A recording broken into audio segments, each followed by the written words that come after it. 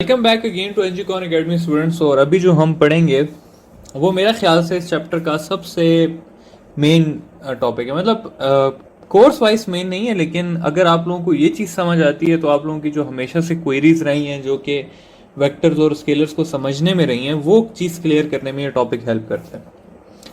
तो टॉपिक है हमारा यूनिट एंड पोजिशन वेक्टर के बारे में। लेकिन सबसे पहले हम देख लेते हैं यूनिट वेक्टर के टॉपिक को कि यूनिट वेक्टर क्या चीज़ होती है। तो यूनिट वेक्टर को डिस्कस करना स्टार्ट करते हैं। यूनिट वेक्टर की हमारे पास दो डेफिनेशंस हैं। सबसे पहली डेफिनेशन है कि a vector used to assign direction to a scalar quantity is called as unit vector. और इसकी सेकंड इक्वेशन है, सेकंड इसकी डेफिनेशन है कि a vector having magnitude 1 is called as unit vector। दूसरे जो डेफिनेशन है वो इटसेल्फ जो है वो एक्सप्लेनेटरी है कि ऐसा वेक्टर जिसका मैग्नीट्यूड 1 होगा वो क्या कहलाएगा, यूनिट वेक्टर कहलाएगा। ठीक है, फॉर एग्जांपल मैं कहता हूं कि 1 मीटर टुवर्ड्स नॉर्थ या 1 न्यूटन ईस्ट, तो ये क्या है, ये यूनिट वेक्टर्स हैं। ठीक है, जिस भी वेक्टर का मैग्नीट्यूड 1 होगा वो क्या कहलाएगा, यूनिट वेक्टर कहलाएगा। अब दूसरी डेफिनेशन जो है ना वो बहुत मजे की डेफिनेशन है, उसको समझने में मजा आएगा। उसको समझने के लिए ना कि a unit vector is used to assign direction to a scalar quantity, इस चीज को समझने के लिए हमें करना पड़ेगा छोटा सा टॉपिक जो कि है multiplication of a vector with scalar. अच्छा, अगर सिर्फ मल्टीप्लिकेशन ऑफ वेक्टर की बात की जाए तो मल्टीप्लिकेशन ऑफ अ वेक्टर दो टाइप से होती है। एक होती है हमारे पास वेक्टर इनटू स्केलर और दूसरी होती है vector into vector. Vector into vector further हम दो में डिवाइड करते हैं, जिसको हम कहते हैं डॉट प्रोडक्ट और क्रॉस प्रोडक्ट। तो ये जितना पोर्शन है ना, ये वाला ये जो यहां पर मेंशन है, ये हम बाद में एक चैप्टर के एंड में करेंगे। अभी हमने सिर्फ ये देखना है कि जब हम वेक्टर को स्केलर के साथ मल्टीप्लाई करेंगे तो वो कैसे मल्टीप्लाई होगा। अच्छा, वेक्टर की मल्टीप्लिकेशन स्केलर के बारे में ये कहा जाता है कि when ever a scalar is multiplied with a vector, magnitude of vector becomes scalar times. ठीक है, तो मतलब क्या है कि मैं कहता हूं मेरे पास एक 3 वेक्टर है, यहां पर ये एक 3 वेक्टर है, इसको मैं मल्टीप्लाई करता हूं 2 के साथ, तो इसका आंसर क्या आएगा, इसका आंसर आएगा मेरे पास 6 वेक्टर। ठीक है, यानी कि क्या रहा, वेक्टर कितने टाइम्स हो गया है, स्केलर टाइम्स हो गया। अगर मैं इसी को मल्टीप्लाई कर दूं, इसी 3 को -2 के साथ, तब क्या होगा। जब हम किसी माइनस के साथ मल्टीप्लाई करते हैं तो उसका मैग्नीट्यूड जो है वो स्केलर टाइम्स हो जाता है और डायरेक्शन उसका ऑपोजिट हो जाता है। तो ये इसका क्या आंसर आएगा, 6 वेक्टर, लेकिन उस वेक्टर का डायरेक्शन क्या होगा, ऑपोजिट हो जाएगा। अब इसी तरह एक और एग्जांपल ले लेते हैं कि मैं 4 वेक्टर को मल्टीप्लाई करता हूं -2 के साथ, तो क्या आंसर आएगा, 8 मैग्नीट्यूड हो जाएगा और डायरेक्शन क्या हो जाएगा, उलट हो जाएगा। तो ये है मेरे पास simple vector multiplication with scalar. Further अब आगे इस कॉन्सेप्ट को लेके जाते हैं यूनिट वेक्टर के कॉन्सेप्ट में। अब इस तरह है स्टूडेंट्स कि मैं यूनिट वेक्टर को, बल्कि 5 स्केलर को मल्टीप्लाई कर देता हूं, 5 स्केलर को मल्टीप्लाई करता हूं 1 यूनिट वेक्टर से। ठीक है, 1 है तो यूनिट है, वेक्टर है तो 1 ही होगा। तो अगर आप किसी चीज को 1 वेक्टर से मल्टीप्लाई करेंगे तो उसका आंसर क्या आ जाएगा, 5 आ जाएगा, और उसका डायरेक्शन आ जाएगा जिस तरफ यूनिट वेक्टर का डायरेक्शन था। मैं कहता हूं मैं 4 को मल्टीप्लाई करता हूं एक लेफ्ट साइड पे जाने वाले यूनिट वेक्टर के साथ। यूनिट वेक्टर का मतलब है इनका मैग्नीट्यूड कितना है, 1 है। तो क्या हो जाएगा, एक ऐसा वेक्टर 4 आ जाएगा जिसका डायरेक्शन इस तरफ होगा।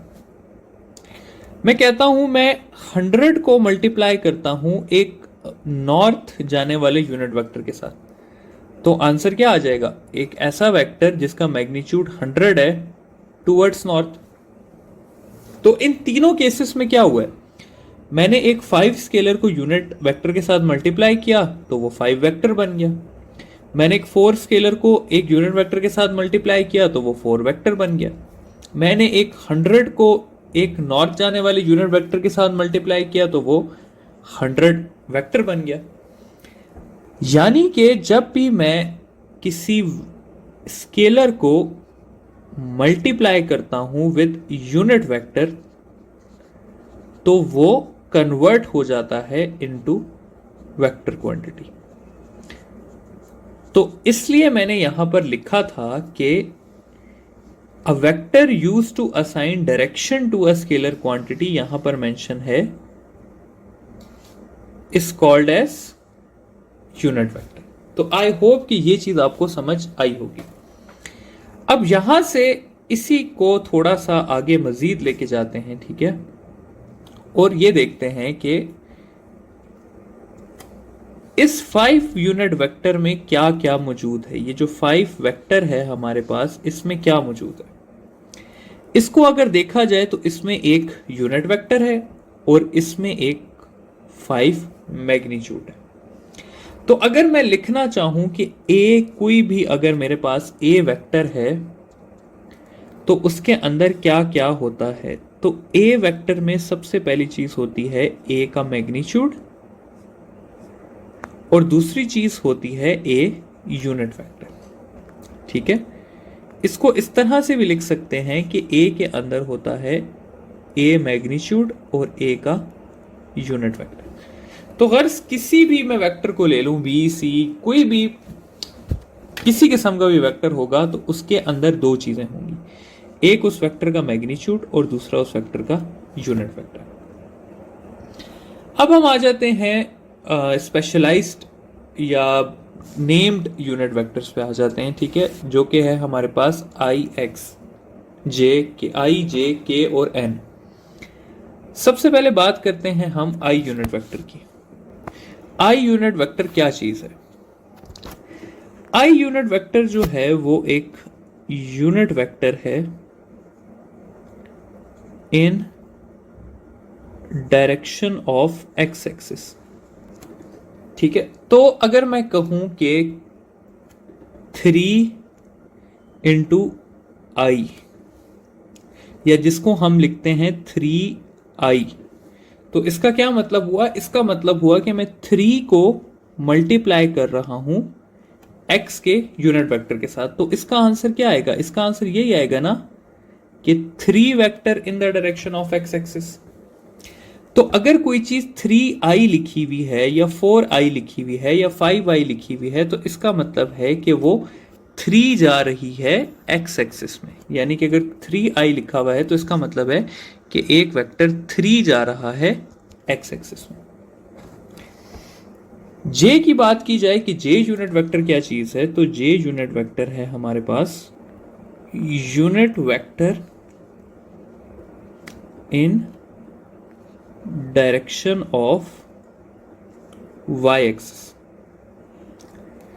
तो अगर इस तरह लिखा हुआ है कि 4 इंटू जे या सिंपली 4j, तो इसका क्या मतलब है, इसका ये मतलब है कि एक वेक्टर है जो कि 4 गया हुआ है j में। ठीक है, सिंपल सी चीज है।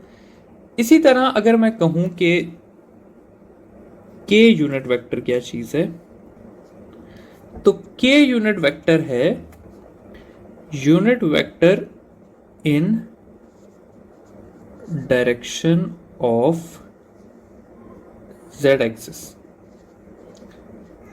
तो अगर 5k लिखा हुआ है या 5 इंटू k लिखा हुआ है तो इसका मतलब है एक ऐसा वेक्टर है जो 5 आ रहा है आउट ऑफ द पेज। ठीक है, वो 5 पेपर से बाहर आ रहा है। तो ये हो गया आई जे के यूनिट वेक्टर्स का हिसाब। अब आई जे के यूनिट वेक्टर्स को पोजीशन वेक्टर्स के तौर पे यूज किया जाता है, ठीक है, कि पोजीशन वेक्टर्स क्या चीज है। तो पोजीशन वेक्टर्स के हिसाब से अब देखा जाए तो पोजीशन वेक्टर क्या चीजें हैं। Position vector are the vectors which tells about the position of a vector on a coordinate system. कैसे?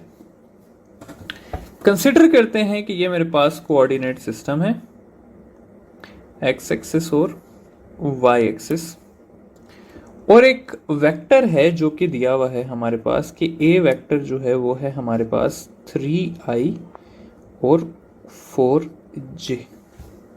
अभी हमें समझ आ गई कि 3i का मतलब है कि वेक्टर एक्स एक्सिस में कितना गया हुआ है, 3 गया हुआ है, और वाई एक्सिस में कितना गया हुआ है, 4 गया हुआ है। तो अगर मेरे पास ये डिमार्केशंस हैं कि ये 0 है, 1 2 3 4 5 और 1 2 3 4 5, तो ये एक ऐसा वेक्टर है जो कि 3 गया हुआ है एक्स एक्सिस में, यानी कि यहां तक आया हुआ है एक्स एक्सिस में, और फिर वाई एक्सिस में कितना गया हुआ है, 4 गया हुआ है। तो वाई एक्सिस में ये वेक्टर गया हुआ है यहां पे 4, ठीक है। तो मेन वेक्टर किस तरह का हुआ हमारे पास, जो सही वेक्टर आया वो इस तरह का एक पर्पल वेक्टर हुआ, ठीक है। कि अगर मैं अब इस वेक्टर को देखूं तो इस वेक्टर में क्या है कि ये वेक्टर 3 जो है वो आई में आया हुआ है और 4 जो है वो किस में गया हुआ है, वाई में गया हुआ है। तो 3i और 4j का क्या मतलब हुआ, ऐसा वेक्टर जो 3i में और 4 किस में है, वाई में। अब इसी के ऑपोजिट एक कंसिडर कर लेते हैं, चलो एक को माइनस कर लेते हैं कि b वेक्टर है मेरे पास -4i और +3j, ठीक है। तो यहां पर मार्किंग्स कर लेते हैं अपनी 1 2 3 4 5, 1 2 3 4 5। अच्छा, अब अगला जो है वो -4i है और +3j है। -4 का मतलब है कि वो वेक्टर नेगेटिव में यहां पर आया हुआ है, कितना आया हुआ है, 4 आया हुआ है, यानी कि यहां तक आया हुआ है, और फिर ऊपर कितना गया हुआ है, 3 गया हुआ है, यानी कि यहां तक गया हुआ है। तो इसका आंसर क्या होगा, ये इस तरह का होगा। तो अगर आप लोगों को ना सिर्फ नॉलेज है ना बेसिक आई जे के की के, भाई आई जे के क्या होता है, के को भी हम डिस्कस भी कर लेते हैं, तो आप लोगों को देखते के साथ ही पता लग जाएगा कि वेक्टर की शेप तकरीबन किस तरह की है, ठीक है। फॉर एग्जांपल अगर मैं बात करूं ड्रॉ किए बगैर, एक बात करते हैं कि एक सी वेक्टर है जो कि है 5i और +1j। अब इसको दिमाग में सोचें कि इसकी शेप कैसी होगी, ये ऊपर की तरफ ज्यादा गया होगा या आगे की तरफ ज्यादा गया होगा। तो जाहिर बात है कि ये आगे की तरफ ज्यादा गया हुआ है, ऊपर की तरफ कम गया हुआ है। अगर मैं कोऑर्डिनेट सिस्टम के बगैर भी बनाऊं तो मेरा माइंड कहता है कि ये तकरीबन इस तरह का जो है ना वो कोई वेक्टर होगा, मोर और लेस इस तरह का होगा, ठीक है। अगर यही मैं कहूं कि ये एक -i -j है, इसको को मैं -i -j कर देता हूं,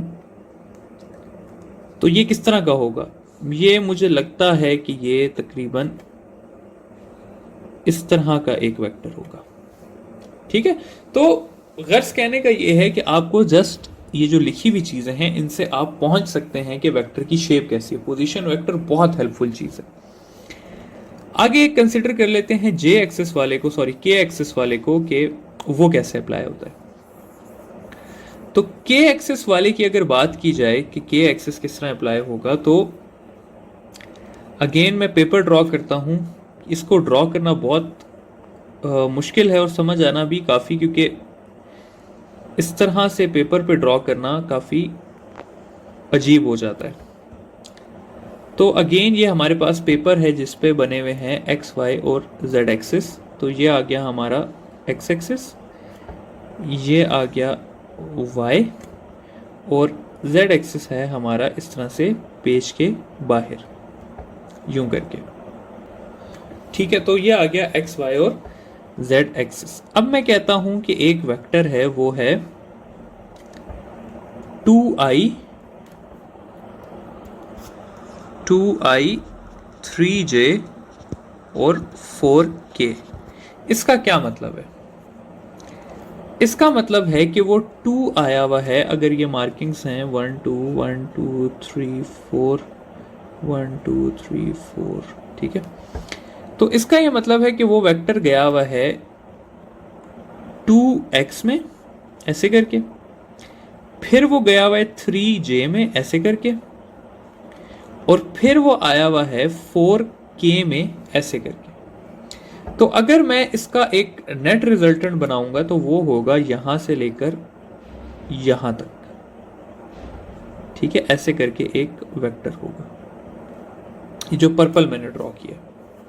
तो ये है एक्स वाई जेड एक्सिस और आई जे के की कहानी कि आई जे के बेसिकली हमें प्रेजेंट क्या चीज़ कर रहे होते हैं। ठीक है, तो आई होप कि ये चीज़ आपको समझ आ गई होगी, यूनिट वेक्टर और ये पोजीशन वेक्टर के टॉपिक्स।